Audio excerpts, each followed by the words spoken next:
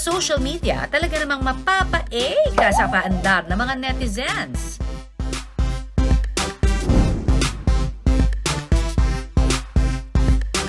Sayaw rito, aura doon. Kaya ang tanong, may entry na ba ang lahat?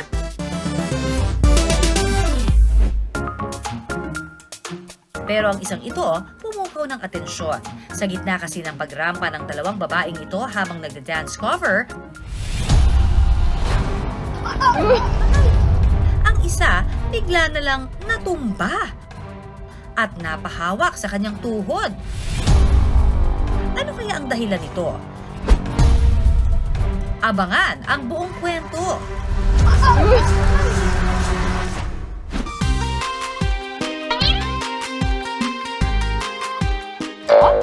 Bago natin pagpatuloy, kailangan natin mag-unat-unat ng buto, mag-stretching. Dahil meron ako napanood sa TikTok. Nagda-dance cover lang pero nauwi sa aksidente. Paano kaya nangyari yun? Tara, alamin natin. Ang kumuha ng video na si Eunice, ikwinento kung ano ang nangyari sa kapatid na si Eden habang nagkakatuwaan sa kanilang family outing. Bali, nung araw po na yon, marami po kaming isi-celebrate. Birthday po ng mother namin. Nakatuwaan ko pong i-video yung pagsasayaw po ng mga kapatid ko. Kasi po sa family po namin, ako talaga po yung mahilig mag-video sa family namin. Sa video, makikitang game na game sa paghataw at pagsasayaw ang magkapatid. Noong mga oras po na yon, talagang ang saya-saya po namin kasi parang ang tagal din po namin hindi nagkasama-samang buong family. Excited nga ako na i-post yung mga happenings na yon nung nag-outing po kami. Pero ang sana'y masayang sayawan, nauwi sa pagkagulantang ng lahat. Nang si Eden, bigla na lang tumumba, mag-isa.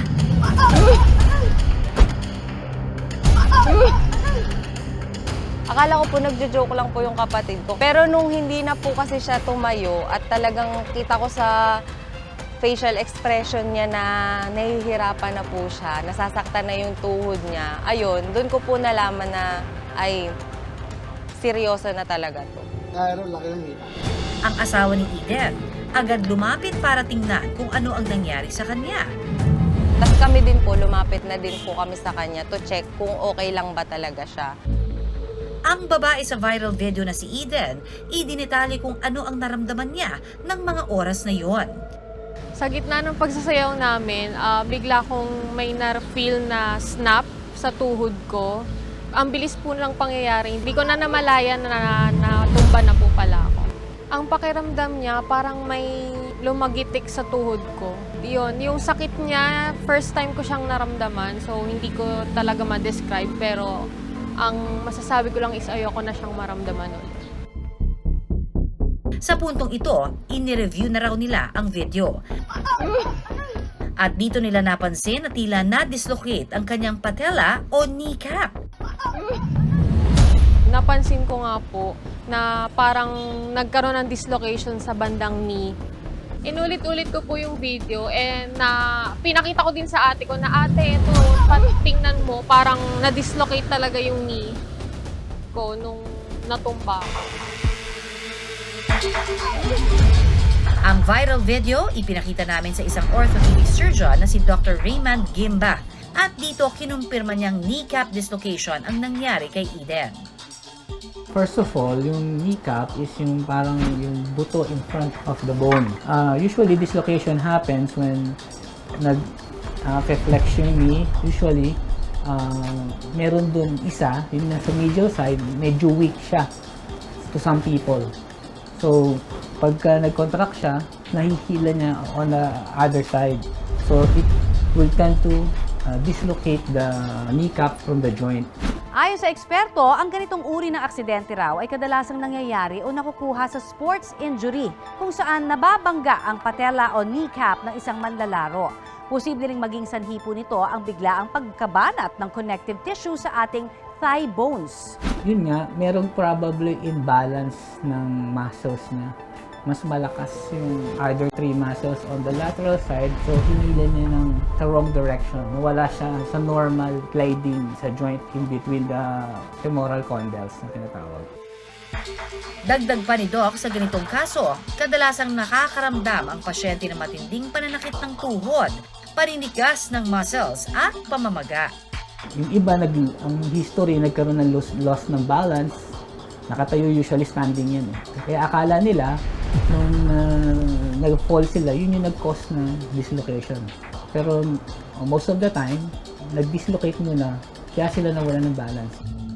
Samantala, dahil patuloy na sumasakit ang tuhod ni Eden, pagkaraan ng isang linggo, kumonsulta na rin daw siya sa kanyang doktor. Binigyan raw siya ng pain medications at in-advise na magpa-MRI o magnetic resonance imaging. Nung bumalik po ako para dun sa MRI result, ang sabi po ng doctor is, ang recommendation po niya is surgery na po. So parang MPFL reconstruction. Dahil nakakalakad naman at pinayuhan naman siya ng doktor na hindi urgent ang operasyon, nagpasya siyang huwag na muna itong ituloy. Initially po, ang sinabi niya, di naman po need ng surgery for the first time cases ng knee dislocation. And yun nga po, titingnan pa sa result ng MRI and X-ray if ano pa po yung magiging diagnosis and recommendation para dun sa case na nangyari. Ayon sa eksperto sa ganitong kaso, hindi naman daw agad nire-rekomenda ang agarang operasyon. Nakadepende na rin naman daw ito sa magiging resulta ng MRI, kung malala ang naging punit ng ligaments o joint sa tuhod ng pasyente. Initially, pain management muna. Part of it is anti-inflammatory. Mamagayan, di ba? Kailangan mo ng immobilizer. Yun yung brace mismo. Ini-immobilize lang para mag-heal lang. Kumbaga, it will take time na lang. And we give supplements yan para ma-accelerate yung recovery. Si Eden gusto raw muling magpasuri para kumuha ng second opinion. Gusto ko talaga mag-second opinion para may two doctors na nagsabi na kung surgery po talaga yung kailangan. Sinamahan ng Pinoy MD team si Eden kay Doc Raymond. Nung May pa to. Opo, may 11. May mga times po na sumasakit. Kasi, possible kasi na na-erode tong isang side ng nagkakos siya ng early arthritis. No? Kaya sumasakit pa. Ang recommendation po ng doctor is surgery. High grade kasi. Ibig sabihin, malaki yung punit ng ligaments. Pero initially kasi, ginatry mo na conservative. Pagka hindi na kaya, we have no choice but to undergo surgery talaga. Pag hindi po nagpa-surgery, ano pong possible So, sige. long-term? Ganito, pagka hindi ka nagpa-surgery, kasi most of the time, andito sa side na to lagi. No? Tsaka, prone ka na rin sa dislocation. Tapos after po ng surgery, pwede na ulit naman physical activities, or Pero hindi agad. blessing. Oo, hindi agad. May ano pa po, recovery period. Siyempre, and kumbaga soft tissue kasi yan. Bigyan mo lang tayo mag-heal. Hindi na po ako sasayaw. Pwede pa. Ayon sa eksperto sa ganitong aksidente, mainam na ipa-x-ray ang biktima para makita kung may nabaling ng buto o dislocation. For this case yung sa tear, nire-repair yung ligament niya. Tenorrhapy yung tawag. Kung ano yung mga napunit, usually hindi lang isa yan. Pag severe in severe cases. Sakali namang may kakilala kayong magkaroon ng parehong aksidente, payo ng eksperto, mainam na ipahinga ang apektadong parte ng tuhod. Nakatutulong ang paglalagay ng cold compress at pag-elevate ng paa para maiwasan ang pamamaga. Sa mga mahilig mag-dance cover dyan, ito ang mga Pinoy MD tips para maiwasan ang ganitong mga aksidente. Una, bago magsayaw, mag-stretching muna. Make sure na i-stretch yung mga muscles nyo, katulad nito.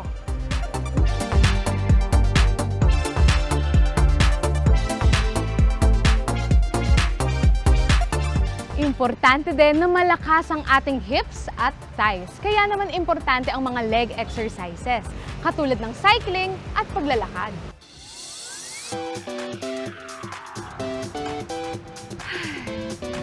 Give your body time to rest and recover after an intense activity. At huwag kakalimutan, mag-cool down at mag-stretch after mag-ehersisyo. At syempre, huwag kakalimutang magsuot ng mga protective gear kagaya ng mga knee pads. At syempre, most important, kumain ng masustansyang pagkain para naman lumakas ang ating mga buto-buto. Strong tayo eh! Sa ngayon, nakakalakad na si Eden, pero dahil sa aksidenteng natamo, hindi na raw niya nagagawa ang ilan sa dati niyang mga activities, gaya ng paglalaro ng badminton. Ang natutunan ko, since sabi ng doctor is, yung naging case ko is regarding siya sa sudden movement. Ang natutunan ko is siguro maging extra careful na lang sa movement ng katawan. Mga kapuso, hindi masamang mag-enjoy at umaura sa social media. Pero, paalala lang po, kailangan nating mag-iingat sa paghataw at pagsayaw. Iba yung ingat at tamang postura para naman umayos ang buto-buto. Muli, ako po si Nurse Abby, always on duty for Pinoy MD. Maraming salamat sa pagtutok sa Pinoy MD. Para po sa iba pang kaalaman tungkol sa ating kalusugan, mag-subscribe na sa GMA Public Affairs YouTube channel. And of course, don't forget to hit the bell button for our latest updates.